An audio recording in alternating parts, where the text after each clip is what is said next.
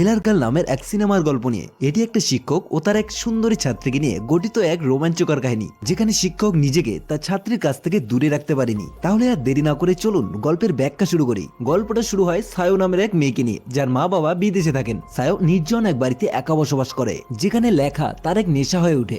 জঙ্গল পার হয়ে সে এক ক্লাসে এসে পৌঁছায়, যেখানে তার দেখা হয় জোনাথন মিলারের সঙ্গে। জোনাথন মধ্যবয়সী একজন পুরুষ, যিনি একজন সফল লেখক হতে পারেনি, তাই তিনি শিক্ষকতা শুরু করেন। যখন সাও তার ক্লাসে আসে, তখন জোনাথন তাকে পাঠ্যক্রমের কিছু বই পড়তে বলেন, কিন্তু সাও ইতিমধ্যেই সেই বইগুলো পড়ে ফেলেছে। এরপর ক্লাসে উইনি নামে আর এক মেয়ে আসে। সে শুধু সাওর সহপাঠী নয়, বরং তার ভালো বন্ধু। এবার তারা দুজনেই একসাথে কিছু খেতে বাইরে যায়। তখন জোনাথন লক্ষ্য করে সায়োর জিনিসপত্রের মধ্যে একটা প্রাপ্তবয়স্কদের বই রয়েছে। সে সময় জোনাথনের বন্ধু বরিস সেখানে আসে কফি আনতে, আর জোনাথনের কাছ থেকে বইটি নিয়ে সে পড়তে শুরু করে। বরিস ও জোনাথন অবাক হয়ে দেখেন যেটি জোনাথনেরই লেখা একটি বইয়ের কপি। রাতে জোনাথনের স্ত্রী ব্রিয়েটিস ব্যস্ত থাকায় তিনি তার প্রতি মনোযোগ পায় না। জোনাথন তাকে বলেন আজ ক্লাসে এক ছাত্রী তার বই পড়ছিলেন। ঠিক তখনই ব্রিয়েটিসের বন্ধু অ্যামি তাকে ফোন করে। ফোন কলের পর ব্রিয়েটিস ও জোনাথন একই সঙ্গে মদ পান করেন এবং তারা একে অপরের কাছে আসেন। তবে ঠিক সেই মুহূর্তে আবার ফোন আসে, যা জোনাথনকে বিরক্ত করে তোলে। পরের দিন সকালে এই ঘটনা তার বন্ধু বরিসকে বলে, আর বরিস তাকে নিয়ে মজা করতে থাকে। ঠিক তখনই তারা দেখে সায়ো জঙ্গল থেকে আসছে,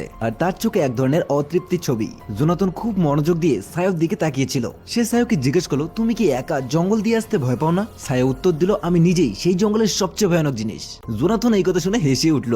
এরপর স্কুলে উইনি হঠাৎ তার বইগুলো ফেলে দেয়, কিন্তু বরিস বুঝতে পারে যে উইনি ইচ্ছা করে এটি করেছিল। তাই সে জিজ্ঞেস করে, বলো তো তুমি কি চাও? উইনি ইচ্ছা করেই বরিসকে উত্তপ্ত করছিল। সায়ো এটি দেখে ফেলে এবং উইনিকে বলে, তুমি একদম পাগল। এরপর তারা দুজনেই সায়োর বাড়িতে চলে যায়। সায়ো কলেজের ভর্তির জন্য একটি প্রশ্ন নিয়ে চিন্তিত ছিল, যেখানে তাকে তার জীবনের সবচেয়ে বড় সাফল্যের কথা লিখতে হবে। তারা অনেক বিষয় নিয়ে আলোচনা করলো, কিন্তু কিছুই তেমন বিশেষ মনে হচ্ছিল না। তখন উইনি বলল, তুমি তোমার শিক্ষকের সঙ্গে প্রেম করছো, এটাই লিখে দে। সায়ো অবাক হয়ে বলে, জোনাথন আমার থেকে 20 বছরের বড়। কিন্তু উইনি থেকে বোঝায় এখন এসব খুব স্বাভাবিক। তাছাড়া জোনাথন একজন ভালো মানুষ, তোমার প্রথম সম্পর্কের জন্য একদম উপযুক্ত। উইনি আরো বলতে শুরু করে, জোনাথন ক্লাসে তোমাকে কিভাবে দেখে সেটা খেয়াল করেছো? সায়ো লজ্জায় পড়ে গেল এবং এতে তার আগ্রহ আরো বেড়ে গেল। পরের দিন থেকে সায়ো জোনাথনের দিকে গভীরভাবে তাকাতে শুরু করলো। একদিন জোনাথন তার কাছে এসে বলল, ক্লাসের পর আমার সঙ্গে দেখা করো। ক্লাসের পর জোনাথন বরিসকে ডিনারের জন্য আমন্ত্রণ জানায়। বরিস চলে যাবার সময় নাচের একটি স্টেপ করে, যা দেখে জোনাথনও সেটি করার চেষ্টা করে। আর ঠিক তখনই সায়ো সেখানে আসে এবং তারা দুজনেই হাসতে শুরু করে। এরপর তারা বিষয়টি নিয়ে আর কথা না বাড়িয়ে অন্যদিকে মনোযোগ দেয়।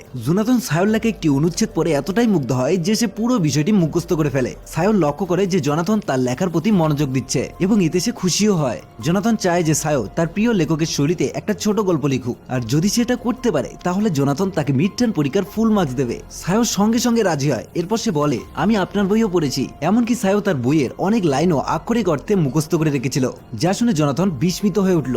জোনাথন এতটাই মুগ্ধ হয় যে সায়োকে এক সপ্তাহের মধ্যে একটি নির্দিষ্ট জায়গায় আসার আমন্ত্রণ করে, যেখানে তারা তার অ্যাসাইনমেন্ট নিয়ে আলোচনা করবে। সেই রাতে জোনাথন ও তার স্ত্রী ব্রিয়েটিস ডিনারে যায়, যেখানে উইনি তাদের অর্ডার নিতে আসে। ব্রিয়েটিস তখন জোনাথনকে জিজ্ঞেস করে, এটাই কি সেই মেয়ে যার কথা তুমি আগে আমায় বলেছিলে? জোনাথন উত্তর দেয়, না, সে সায়ো, সে নয়। তবে এটা স্পষ্ট ছিল যে ব্রিটিশ জোনাথনের সায়োর প্রতি আগ্রহে জলস হয়ে পড়ছিল। তাই সে তার রাগ প্রকাশ করার জন্য বরিসের সামনে জোনাথনকে অপমান করতে শুরু করে। তারপর এক সপ্তাহ পরে সায়ো জোনাথনের উল্লেখ করা জায়গায় পৌঁছে যায়। জোনাথন তাকে অনুসরণ করে তার পাশেই বসে, যেখানে এক ব্যক্তি কবিতা আবৃত্তি করতে শুরু করে। জোনাথন গভীর মনোযোগে কবিতা শুনছিল, আর সায়ো জোনাথনের দিকে এক দৃষ্টিতে তাকিয়েছিল। কবিতা শেষ হলে সায়ো বাইরে গিয়ে সিগারেট জ্বালায়। জোনাথনও তার সাথে সিগারেট ভাগ করে নেয়। পরের দিন সায়ো একটি হট ড্রেস পরে ক্লাসে আসে এবং জোনাথনের সামনে দাঁড়ায়। বরিস যখন এই সম্পর্কে জানতে চায়, সায়ো কিছুই বলে না। বরিস চলে গেলে সায়ো জোনাথনের সঙ্গে কথা বলতে শুরু করে। এখন ধীরে ধীরে তাদের মধ্যেকার দূরত্ব কমতে থাকে। ঠিক তখনই ক্লাসে যাওয়ার সময় জোনাথন তার স্ত্রীর কাছ থেকে একটি মেসেজ পায়, যেখানে সে তাকে কোথাও যাওয়ার জন্য বলছিল।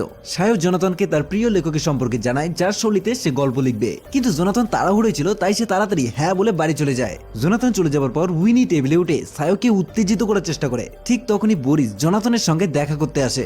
উইনি এবার বরিসকে উত্তেজিত করতে শুরু করে। সে বরিসের ফোন নিজের পোশাকে ঢুকিয়ে নেয়। এদিকে সায়ো নিজের ফোন খুঁজে পাচ্ছিল না। অন্যদিকে জোনাথনের স্ত্রীর সঙ্গে বাইরে যাওয়ার পরিকল্পনা বাতিল হয়ে যায়, কারণ সে কাজ নিয়ে ব্যস্ত ছিল। ঠিক তখনই জোনাথনের ফোনে সায়োর কল আসে। আসলে জোনাথন ভুল করে সায়োর ফোন তার ব্যাগে নিয়ে এসেছিল।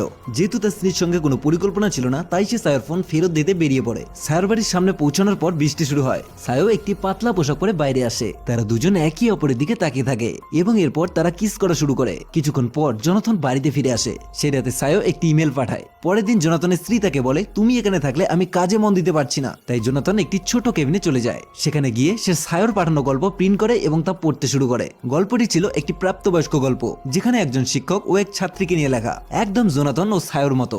গল্প পড়ে জোনাথন উত্তেজিত হয়ে পড়ে, কারণ গল্পে ছিল এক ছাত্রী একা বাড়িতে থাকে আর তখনই তার শিক্ষক সেখানে আসে আর তারা সেসব কাজ করা শুরু করে যেসব কাজ স্বামী স্ত্রী একা একসাথে করে। কিন্তু তার পরের দিনই পরিস্থিতি বদলে যায়। পরের দিন জোনাথন আর সায়োকে আগের মতো কল করে না। সায়ো বুঝতে পারে কিছু একটা বদলে গেছে, তাই সে জোনাথনকে জিজ্ঞেস করে কি হয়েছে তোমার। জোনাথন ঠান্ডা গলে উত্তর দেয়, তোমার গল্প আমার একদম ভালো লাগেনি, অনেক ভুল রয়েছে এতে। সায়ো তখন বলে এটা তো আমাদেরই গল্প, কিন্তু স্পষ্টভাবে জোনাথন এবার বলে দেয় আমাদের মধ্যে কিছুই নেই, আমরা শুধু একজন শিক্ষক আর ছাত্রী, এর বেশি কিছু নয়। এই কথা শুনে সায়োর মন ভেঙে যায়। জোনাথন তাকে বলে তুমি আবার লিখতে পারো, নইলে আমি তোমাকে মিড টার্ম পরীক্ষায় ফেল করাবো। এতে সায়ো আরো রেগে যায়। সে বলে আমার গল্প একদম নিখুঁত, তুমি শুধু ভয় পাচ্ছ কারণ আমি সেই কথা লিখেছি যা তুমি কখনোই লিখতে পারোনি। জোনাথনকে অপমান করতে সায়ো তাকে একজন সাধারণ লেখক বলে ডাকে। সে চ্যালেঞ্জ করে বলে তোমার সাহস থাকলে এক্ষুনি আমাকে ফেল করে দেখাও। এরপর সায়ো কাঁদতে কাঁদতে বাড়ি ফিরে যায় এবং উইনির সঙ্গে মদ খাওয়া শুরু করে। অন্যদিকে জোনাথনের মুখে স্পষ্ট দুশ্চিন্তার ছাপ ছিল। তার স্ত্রী জিজ্ঞেস করে কি হয়েছে। জোনাথন তাকে সায়োর লেখা গল্পের সম্পর্কে বলে। গল্প শুনে তার স্ত্রীও উত্তেজিত হয়ে পড়ে, কিন্তু তারা কিছু করার আগেই বরিস সেখানে চলে আসে।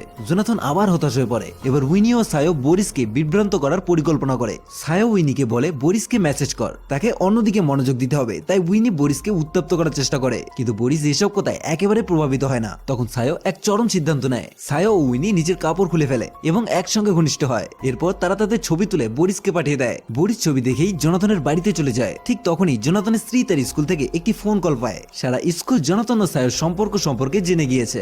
এটি শুনে তার স্ত্রী হতবাক হয়ে যায়। সে জোনাথনকে জিজ্ঞেস করে শুধু একজন ছাত্রীর লেখা গল্পের জন্য এসব হচ্ছে, নাকি এর পিছনে অন্য কিছু আছে। জোনাথন এটি অস্বীকার করে আর বলে আমাদের মাঝে কিছুই নেই, কেবল এক টিচার আর স্টুডেন্টের সম্পর্ক ছাড়া। পরের দিন সায়ো ক্লাসে আসে না, কারণ সে ভাইস প্রিন্সিপালের অফিসে ছিল।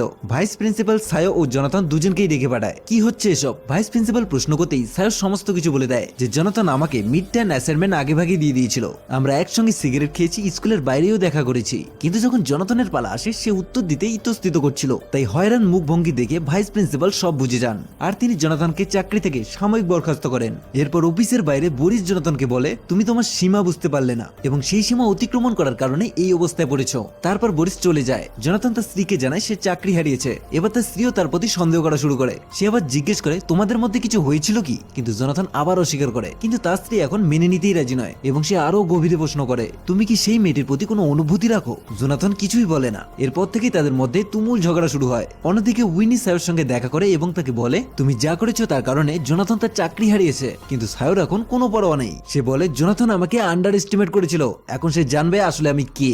সায়ো এই ঘটনাকে তার জীবনের সবচেয়ে বড় অর্জন হিসেবে ঘোষণা করে।